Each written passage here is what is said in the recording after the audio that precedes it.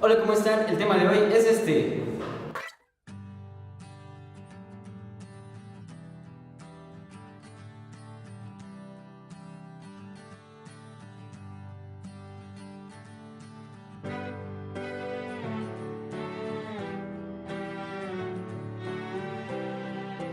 El latín es una lengua de origen indoeuropeo, hablada en Roma. Es de la familia de las lenguas itálicas. También contribuyó al 75% de nuestro idioma español. El abecedario en latín es muy similar al que tenemos en el español, a excepción de algunas letras. Las vocales son A, E, I, O, V y Y. Esto es porque la U no era una letra separada y la V cumplía las funciones de vocal y de consonante. Las consonantes eran B, C, D, F, G, H, K, L, M, N, P, Q, R, S, T, X y Z. La J no era una letra que existía en el latín. En cambio, se usaba la I para reemplazar su sonido. La ñ fue agregada más tarde para reemplazar los sonidos GN, MN y esas pronunciaciones difíciles de hacer. La W es una letra que proviene de las lenguas germánicas. Otro de los elementos del latín son los signos de puntuación, que son los mismos en el español, así como las reglas a las que se sujeta su uso.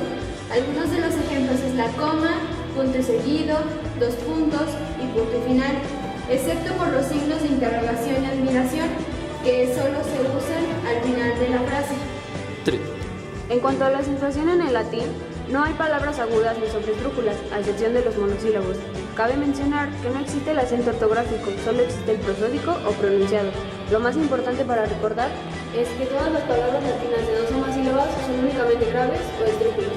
El latín, así como el español, es un idioma de flexión y orgánico, por lo que posee dos tipos de palabras, variables e invariables. Las variables son sustantivos, adjetivos, pronombres y verbos. Las invariables, adverbios, preposiciones, conjunciones e interjecciones. La única parte de la oración española que no existe en el latín es el artículo, es decir, él, ella, nosotros, etc. El lexema es la parte fundamental de la palabra, generalmente invariable y monosilábica. Por su parte, los gramemas derivativos, que son los sufijos, son las partes variables de la palabra. Las declinaciones.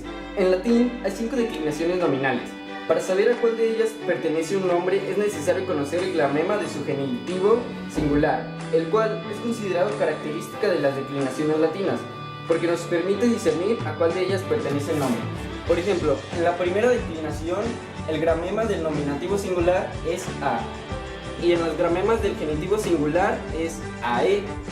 En la tercera declinación, sus gramemas del nominativo singular son más de 20 y en los gramemas del genitivo singular es is. Es importante recordar que al enunciar un nombre latino es necesario señalar sus gramemas del nominativo y genitivo singulares, así como los tenemos aquí señalados con rojo. A continuación se muestra un ejemplo de cada una de las 5 declinaciones. Como podemos ver, el ejemplo número 1 significa aqua, con el gramema del genitivo singular ae, que significa agua. Y el ejemplo número 4, flatus, con el gramema del genitivo singular us, que significa respiración. Así terminamos de ver los sustantivos y continuamos con los adjetivos, que como vimos anteriormente también forman parte de las palabras variables del latín. Un adjetivo es la parte variable de la oración que se junta al nombre para calificarlo o determinarlo. Existen dos tipos de adjetivos. Veremos los calificativos, que se dividen por su significación o por su declinación, que a su vez se dividen en positivos, comparativos o superlativos. Por su declinación puede ser primera, segunda o tercera. Los adjetivos determinativos se dividen en posesivos, numerales, demostrativos, pronominales, interrogativos y correlativos. Los posesivos pueden ser de primera, segunda y tercera persona, y los numerales son cardinales, ordinales y distributivos. Otro tipo de palabra variable en latín son los pronombres, aquellos que reemplazan o sustituyen nombres. Los pronombres están clasificados en personales, ofensivos, posesivos, numerales, demostrativos y relativos. Los personales, posesivos y demostrativos adjetivos son para la primera, segunda y tercera persona.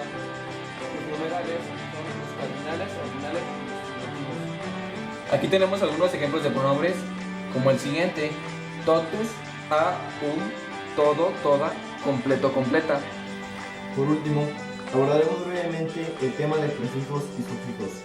Recordemos que un prefijo no es una palabra, sino un elemento carente de autonomía que se une a una base léxica para aportarle un valor significativo.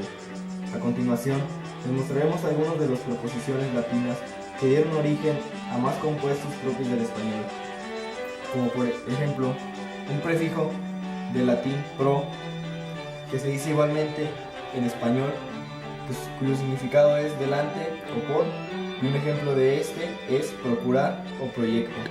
Como habíamos mencionado anteriormente, un sufijo, o también conocido como gramema derivativo, es la parte invariable de la palabra que especifica y da sentido determinado a la idea expresada por el lexema. Hay sufijos nominales y adjetivales, y estos pueden tener varios significados. Algunos ejemplos de sufijos nominales son los siguientes. Como podemos ver aquí, tenemos que el gramema derivativo en latino es dor, en español sería dor o dora. Significado es ejecutor de la acción y un ejemplo es salteador o vendedor. Como pudieron observar, el latín es una lengua bastante compleja y con muchos elementos. Ha sido una parte fundamental para nuestro idioma español. Si les gustó, denle like, compartan y suscríbanse.